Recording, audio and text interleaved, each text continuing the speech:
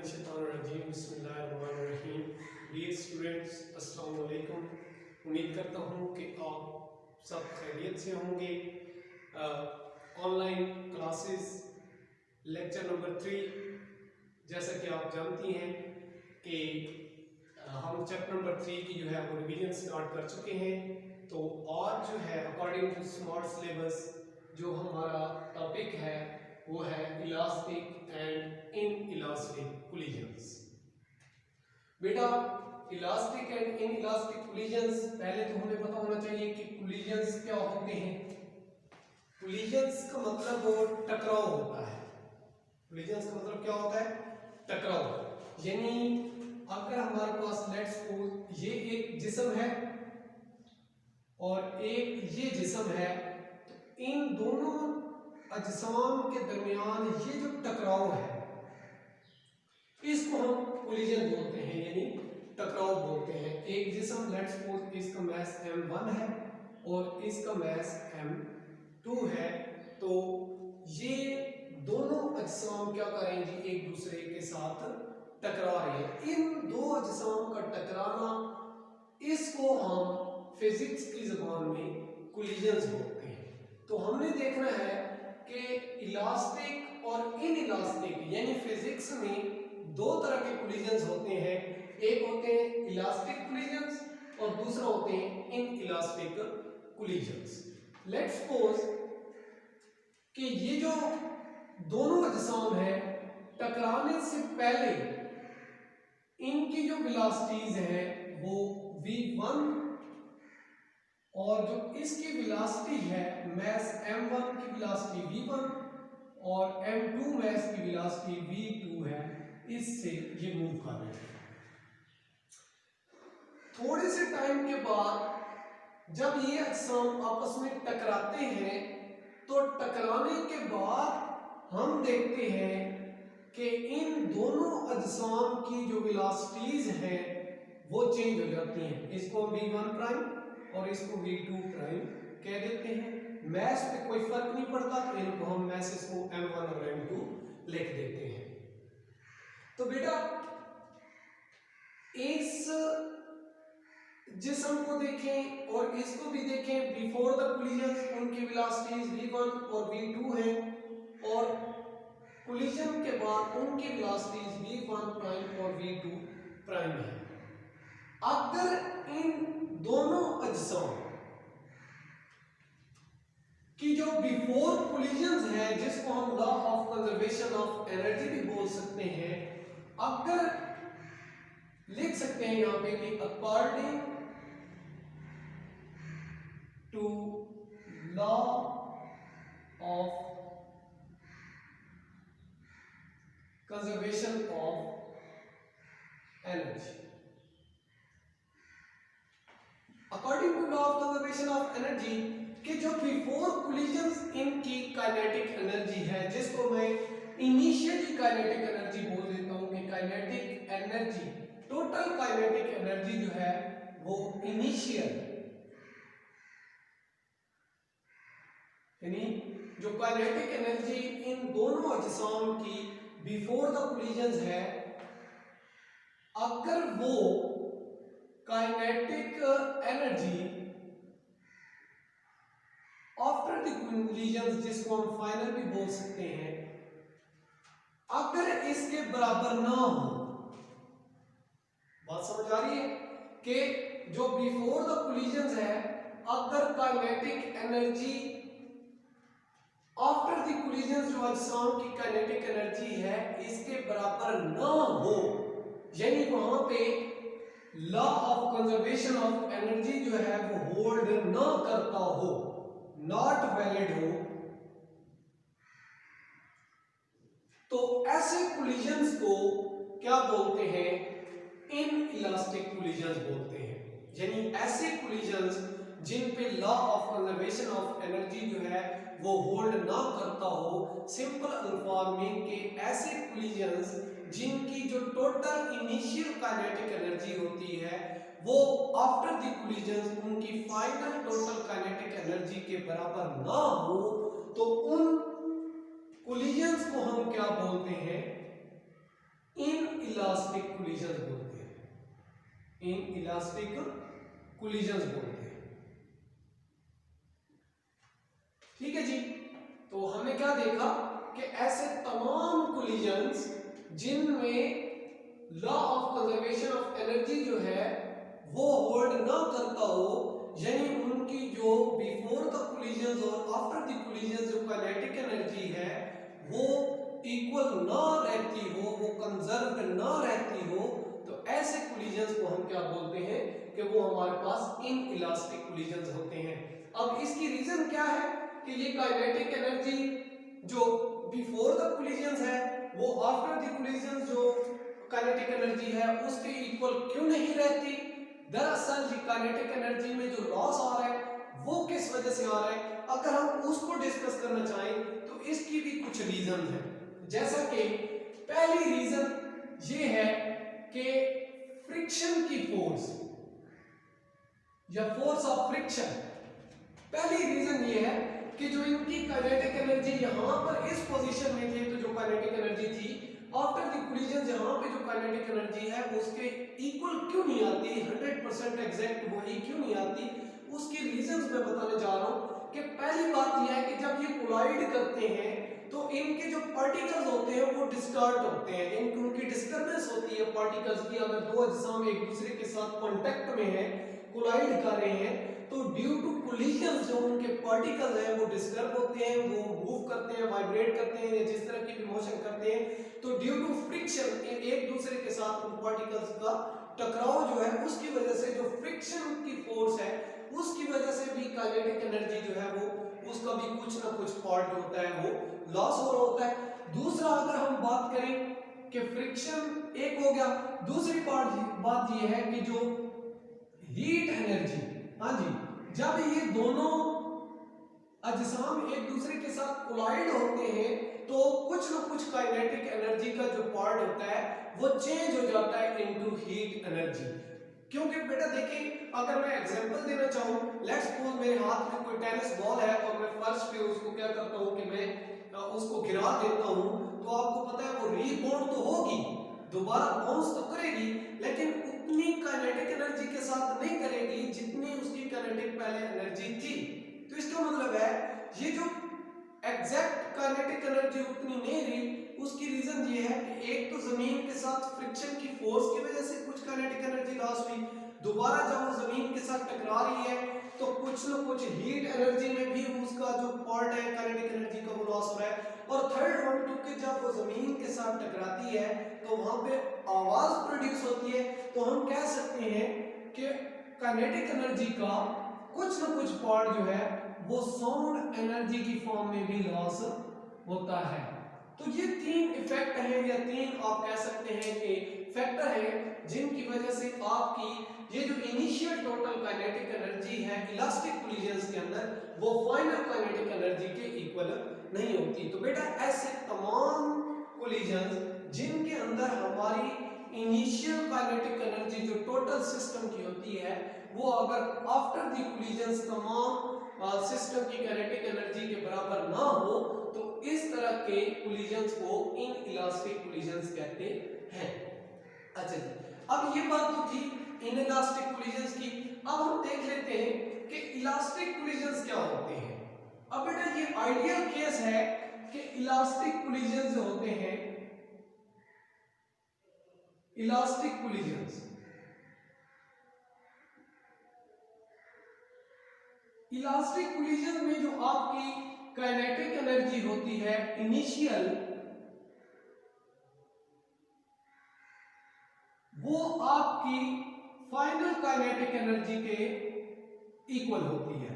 यानी कि ये किस्म का आइडियल केस समझा जाता है।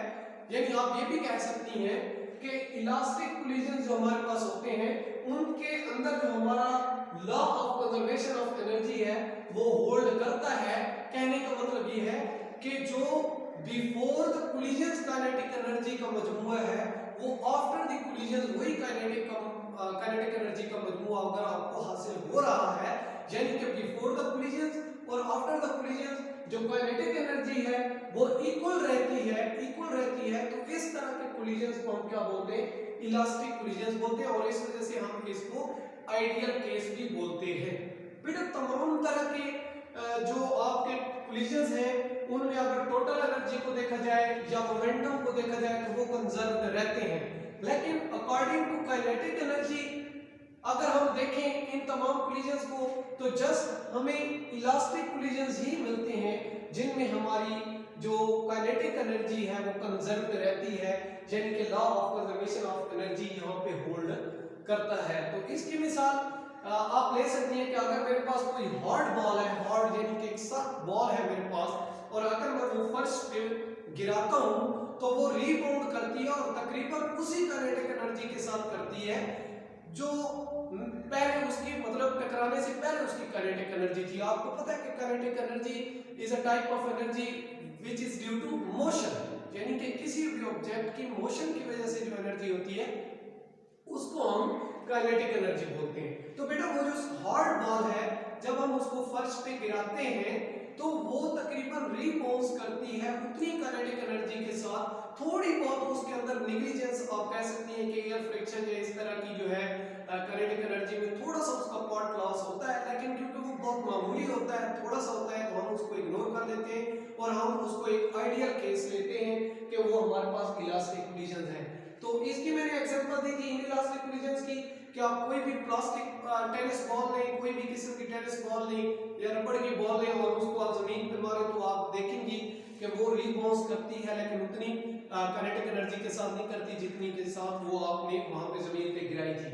तो इलास्टिक कोलिजन्स की एग्जांपल आप खुद भी देख सकते हैं, घर पे प्रैक्टिकल करके देख सकते हैं कि कोई हार्ड बॉल आप लें और उस हार्ड बॉल को आप क्या करें कि जमीन के ऊपर आप या फर्श के ऊपर गिराएं तो वो रिबाउंस करती है, और मैं क्यों कह रहा हूं कि वो तकरीबन जो आपकी इनिशियल काइनेटिक एनर्जी होती है उसके बराबर, बिल्कुल बराबर नहीं, थोड़ी सी उसके अंदर कमी आएगी, क्योंकि वहां पे भी आपके वो फैक्टर जो है फ्रिक्शन वाले या हीट एनर्जी वाले या साउंड एनर्जी वाले मौजूद होते हैं, लेकिन फिर भी हम कहते हैं कि इन तमाम चीजों की मौजूदगी में भी फिर भी वो जो हार्ड बॉल है वो हमारे पास रिबाउंस करके आती है और तकरीबन इनिशियल काइनेटिक एनर्जी के बराबर होती है। तो इस तरह हम उस केस को कहते हैं कि इलास्टिक कोलिजन्स होते हैं और वहां पे law of conservation of energy जो है वो होल्ड करता है। तो ये बात थी बेटा आपकी इलास्टिक और इन इलास्टिक कोलिजन्स की। अब जो नेक्स्ट मैं आपको इंशाल्लाह समझाऊंगा वो होगा कि elastic collisions in one dimension, कि हमारे पास ये जो आइडियल केस है कि इलास्टिक कोलिजन्स जो होते हैं वो क्या होते हैं। मैंने आपको इंट्रोडक्शन थोड़ा सा दे दिया है, इन इलास्टिक कोलिजन्स का भी बता दिया है। नेक्स्ट जो हम एक्सप्लेन करने जा रहे हैं वो हमारे पास है कि elastic collisions in one dimension. अब इसके मुताबिक जो है थोड़ी बहुत हम डेरिवेशन भी पढ़ेंगे, जैसा कि सेम हमने वहां पे law of conservation of energy को जो है वो law of conservation of momentum sorry उसको हमने एक्सप्लेन किया था, तो हम इसको भी करेंगे। ठीक है, मजीद इलास्टिक कोलिजन्स, इलास्टिक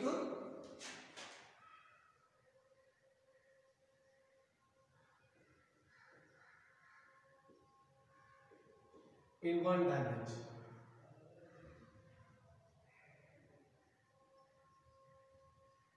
तो एज यू नो बेटा कि इलास्टिक कोलिजन्स क्या होते हैं, मैंने अभी आपको थोड़ी देर बताया है।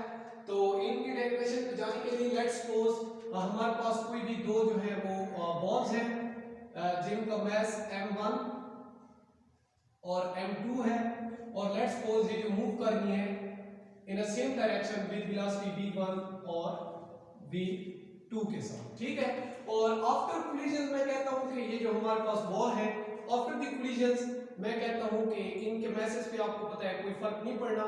सो इनकी जो वेलोसिटीज हैं वो आपको पता है चेंज होती हैं एज जैसे कि हमने प्रूव किया था कि law of conservation of momentum के अंदर भी। तो लेट्स सपोज मैं इसको v1 प्राइम और v2 प्राइम के साथ जो है वो शो कर देता हूं। तो ये हमारे पास दो बॉल्स हैं और ये जो है उनकी इनिशियल वेलोसिटी v1 और v2 के साथ मूव कर रही है। आफ्टर द कोलिजन मैंने आपको फिर एक उनकी डायग्राम बना के दिखाई कि after the collisions let's suppose वो सेम वही डायरेक्शन जो है फॉरवर्ड डायरेक्शन में मूव करती है, मतलब सेम डायरेक्शन में। तो इस चीज को जो है या इस डायग्राम को हमने देखना है अकॉर्डिंग टू इलास्टिक कोलिजन और हमें फिर इसके फार्मूलाज भी जो है लिखने हैं। तो जैसा कि बेटा आप जानते हैं कि according to law of conservation of momentum, जो मैं इसको just law of conservation of momentum को LCM, लेकिन ये लीस्ट कॉमन फैक्टर वाली बात बिल्कुल नहीं है। मैं यहाँ पे according to law of conservation of momentum LCM stand for, ठीक है। मैं थोड़ा सा शॉर्टकट लिख रहा हूँ ताकि जो है वो टाइम की जो है बचत हो। According to law of conservation of momentum बेटा आपने इसके लिए इक्वेशन लिखी हुई है कि m1 v1 plus m2 v2 जो है वो इक्वल होता है m1 v1 prime plus m2 v2 prime. ये इक्वेशन हमें क्या बताती है कि जो ये दो ऑब्जेक्ट्स हैं इनका जो टोटल इनिशियल मोमेंटम है, ये initial momentum of mass m1 और initial momentum of mass m2, इन दोनों का जो मजमूआ है, जो सम अप है, यानी इनिशियल टोटल मोमेंटम हमारा फाइनल टोटल मोमेंटम के बराबर है। ये आपका फाइनल मोमेंटम मास m1 का है और ये फाइनल मोमेंटम आपका आफ्टर द कोलिजन मास 2 का है। तो ये चीज हमने जो है ऊपर वाले जो प्रीवियस लेक्चर है उसके अंदर डिस्कस की है। और इसकी आपको दूसरी भी जो है वो भी शायद याद हो कि इसी इक्वेशन को हम एक और तरीके से, जिस तरह से m1 वाली जो वैल्यूज हैं एक साइड पे ले जाते हैं, m1 v1, तो ये वाली एक मास की है, तो ये m1 v1 prime equal to m2 v2 prime. Already यहाँ पे पढ़ा है, ये वाली चीज हम इधर लेके आते हैं तो माइनस की हो जाती है m2 v2 जस्ट आएगा, ठीक है। तो अगर हम इसमें से कॉमन ले लेते हैं, लेट्स सपोज मास m1 को कॉमन लें तो ये बन जाता है v1 minus v1 prime equal to यहाँ पे m2 को कॉमन लेते हैं तो ये बन जाता है v2 प्राइम माइनस v2। तो ये भी हमारा जो है law of conservation of momentum की एक मैथमेटिकल फॉर्म है। इसको लेट्स सपोज मैं इक्वेशन 1 कह देता हूँ, ठीक है। अच्छा, अब ये तो था law of conservation of momentum. इस सिचुएशन में कि दो ऑब्जेक्ट्स हैं वो बेतरतीब अपनी v1 और v2 वेलोसिटीज के साथ मूव कर रहे हैं, तो आफ्टर द कोलिजन जो है उनकी वेलोसिटीज होती है वो इंटरचेंजेबल हो जाती है, मतलब v1 प्राइम और v2 प्राइम हो जाती है, ठीक है। तो इस तरह से बेटा अगर हम इसको देखें कि क्या यहाँ पे लॉ ऑफ कंजर्वेशन ऑफ, क्योंकि मैंने आपको बताया कि ये इलास्टिक कोलिजन है और आपको पता है कि इलास्टिक कोलिजन में law of conservation of energy भी होल्ड करता है, तो हम उसको भी देख लेते हैं कि अकॉर्डिंग टू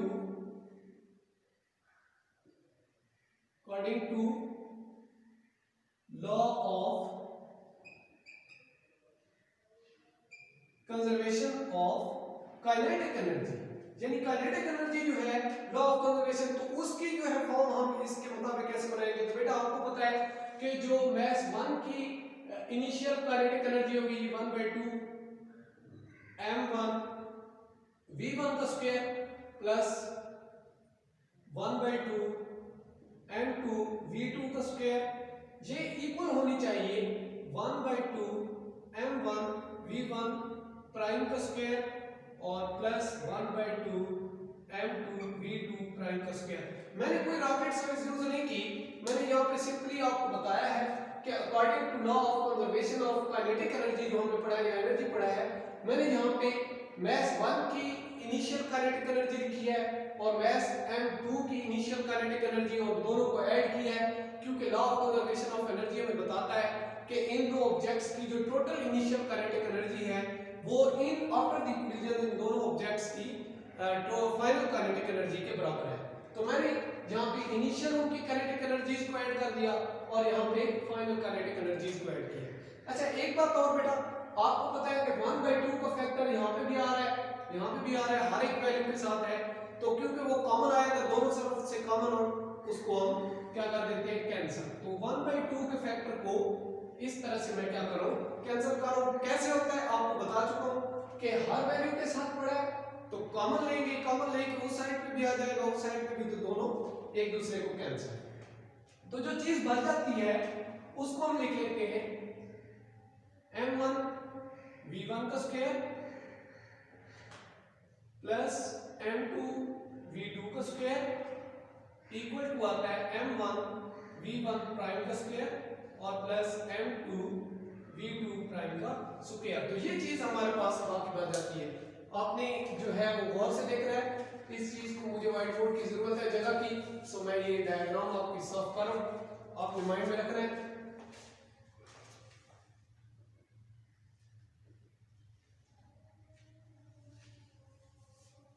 तो अब बेटा जो फाइनल आपके पास ये इक्वेशन जहां तक अभी तक हम पहुंचे हैं, आपको पता है कि ये दोनों बॉल्स की इनिशियल काइनेटिक एनर्जी और ये दोनों बॉल्स की after the collision total kinetic energy final, जिसको आप बोल सकते हैं। अगर मैं यहाँ पे ये करूं कि ये जो m1 मैस है, ये बॉल है, बिफोर द कोलिजन और आफ्टर द कोलिजन इन दोनों को साथ लेके जाऊं, कहने का मतलब ये है कि m1 v1 का स्क्वायर, तो ये वाली जो वैल्यू है m1 v1 प्राइम, तो ये भी मैं उधर लेके जाता हूं, m1 v1 प्राइम का स्क्वायर इक्वल टू इस साइड पे जो वैल्यू पड़ी है वो पहले से m2 v2 प्राइम का स्क्वायर और माइनस m2 v2 का स्क्वायर।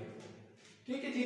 तो ये चीज अब यहां से हम क्या करते हैं, m1 को कॉमन ले लेते हैं, ये बन जाता है v1 का स्क्वायर माइनस v1 प्राइम का स्क्वायर आ जाएगा, और ये इक्वल टू यहां से m2 को कॉमन v2 प्राइम का स्क्वायर माइनस v2 का स्क्वायर। ठीक है जी। तो यहां से मैंने जो है सिंपली कुछ भी और चेंज नहीं किया, m1 v1, क्योंकि ये मेरे पास काइनेटिक एनर्जी m1 v1 का स्क्वायर एक काइनेटिक एनर्जी थी इनिशियल की, इनिशियल जब वो बॉल यहाँ पे थी, मतलब पहले बिफोर द कोलिजन, तो आफ्टर द कोलिजन जो उस काइनेटिक एनर्जी की वैल्यू है वो भी मैं उसके करीब ले गया हूं, मतलब आफ्टर द और बिफोर द कोलिजन जो काइनेटिक एनर्जीज थी उनको मैंने इकट्ठा करने की कोशिश की है, यानी कि ये उसकी kinetic energy before the collision minus kinetic energy after the collision, इस तरह से मैंने लिखा है। और बेटा आपको पता होगा कि मैथ में आपने एक फार्मूला पढ़ा हुआ है कि a plus B into A minus B, आप इसको लिख सकते हो जब आपके पास a square minus B square हो। तो मेरे पास भी कुछ इस तरह से बन रहा है, तो मैं भी फिजिक्स में मैथ की हेल्प लेता हूं, m1 into v1 plus v1 prime, ऐसे लिख देता हूं v1 माइनस v1 प्राइम। तो इस तरह से मैंने इसको लिख दिया है। आपको पता होगा कैसे लिखा है, अकॉर्डिंग टू मैथमेटिक्स फार्मूला आपको पता है, इसको भी उसी तरह से v2 prime plus simple v2 और इनटू ये हो जाएगा v2 प्राइम एक मर्तबा प्लस में और एक मर्तबा माइनस में। तो इस तरह से मैंने लिखा है इस चीज को। तो लेट्स सपोज बेटा जी इसको मैं अपनी इक्वेशन नंबर 2 कह देता हूं। आपको पता होगा एक इक्वेशन नंबर 1 मेरे पास थी पहले से, और अब जो है according to law of conservation of energy भी मैं चीजों को सॉल्व करके एक इक्वेशन तक पहुंचा हूं और उसको मैंने नाम दिया इक्वेशन 2 का। अब मैं क्या करता हूं, मैं इन दोनों इक्वेशंस को डिवाइड करता हूं, यानी कि डिवाइडिंग इक्वेशन 2 बाय 1, यानी इक्वेशन 2 जो है उसको मैं 1 के लिहाज से क्या कर देता हूं, डिवाइड कर देता हूं। तो इसका मतलब क्या होगा, m1 into v1 plus v1 prime, ये वाली इक्वेशन की left hand side v1 minus v1 prime, और डिवाइडेड बाय क्या आ जाएगा, उसकी जो लेफ्ट साइड है उसको क्या है m1 इंटू